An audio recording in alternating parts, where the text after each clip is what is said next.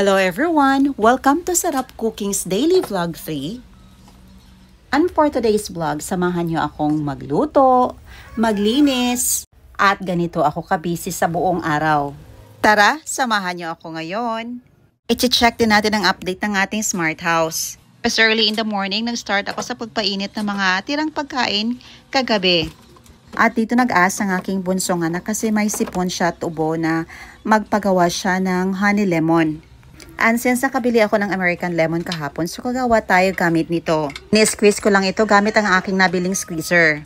Mas mapapadali ang ating trabaho kapag ito ang ating gagamitin. At naglagay na din tayo ng honey. Approve ako sa brand na ito kasi kahit ilagay mo sa loob ng refrigerator, hindi siya titigas. Kasi pure honey ito. Tamtamang dami lamang inilagay ko at syempre tikman natin kung okay naman ang lasa. Ayaw kasi ng anak ko ng masyadong matamis. Ito na yung breakfast niya, nakahiligan talaga niya ng wheat bread at hindi siya masyadong mahilig sa kanin. Since may sakit siya, palagi siyang umiinom ng honey lemon. Habang naghihintay ako matapos kumain ng aking anak, ayan nalilinis muna ako. Dapat multitask talaga tayong mga nanay.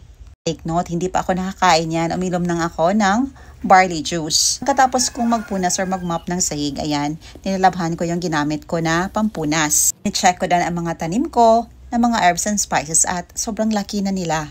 Namang stevia ako, na-excited talaga ako. Ang taas na.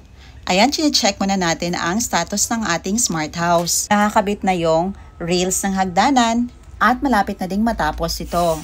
Ito namang si Mingming. Nagaantay lang tong bigyan namin ng pagkain. Ditong aking anak, pinapatry ko siya ng guava. Kasi mainam ito sa vitamin C. Pagkatapos kong i-check ang smart house, i-check muna natin ang ating niluluto. Ito na po, ni-ready na po natin ang pang-lunch natin. But before that, ito-try ko manang umakyat sa first floor. First time kong nakaakyat dito at since kino-customize to ng asawa ko at hindi niya pinapollow yung design ng smart house kasi ang hirap daw akyatin. Para bang mahuhulog tayo. Ayan, napaka-komportable ang pag-akyat ko. Hindi na din delikado sa pagbaba. At syempre hinahinay lang kasi hindi pa tapos ito. Kailang mamadali talaga tayo kasi may niluluto tayong ulam. Sa ating kawali naglagay ako ng oil.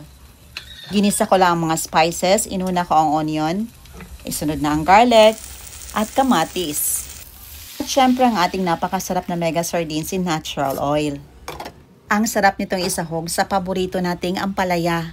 Ayan, nilagyan ko na siya ng isang pirasong itlog at ang ating hiniwang ampalaya. Takpan lang natin ito at huwag nating i-mix. Ito ang isa sa mga sekreto para hindi masyadong mapait ang ating nilulutong ampalaya. Ito na after a few minutes, luto na ito at pwede na natin itong paghaluin. Timplahan na natin ang ating pampalasa. Tikman kung okay na ba ang lasa nito. Ayan, kainan na. Ito na po ang lunch natin. Salamat sa panonood.